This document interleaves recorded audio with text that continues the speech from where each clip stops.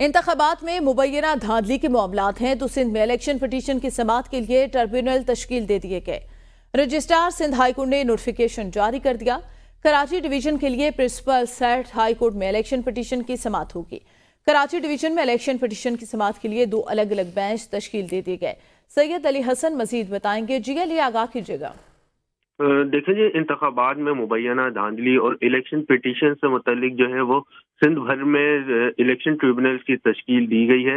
اس متعلق جو ہے وہ رجسٹرار سندھ ہائی کورٹ کی جانب سے نوٹیفیکیشن بھی جاری کیا گیا ہے۔ نوٹیفیکیشن کے مطابق کراچی ڈویژن کے لیے پرنسپل سیٹ پر ہائی کورٹ میں الیکشن پٹیشن کی سماعت کی جائے گی، جس کے لیے جو ہے وہ 2 الگ الگ بینچز تشکیل دیے گئے ہیں۔ بینچ 1 میں جسٹس محمد کریم خان آغا، جبکہ بینچ 2 میں جسٹس عدنان اقبال چودھری جو ہے وہ شامل ہوں گے۔ اسی طرح جو ہے وہ سکھا ڈویژن کی الیکشن پٹیشن کی سماعت کے لیے جسٹس محمد اقبال کروڑوں کو صحیح، بہت شکریہ علی۔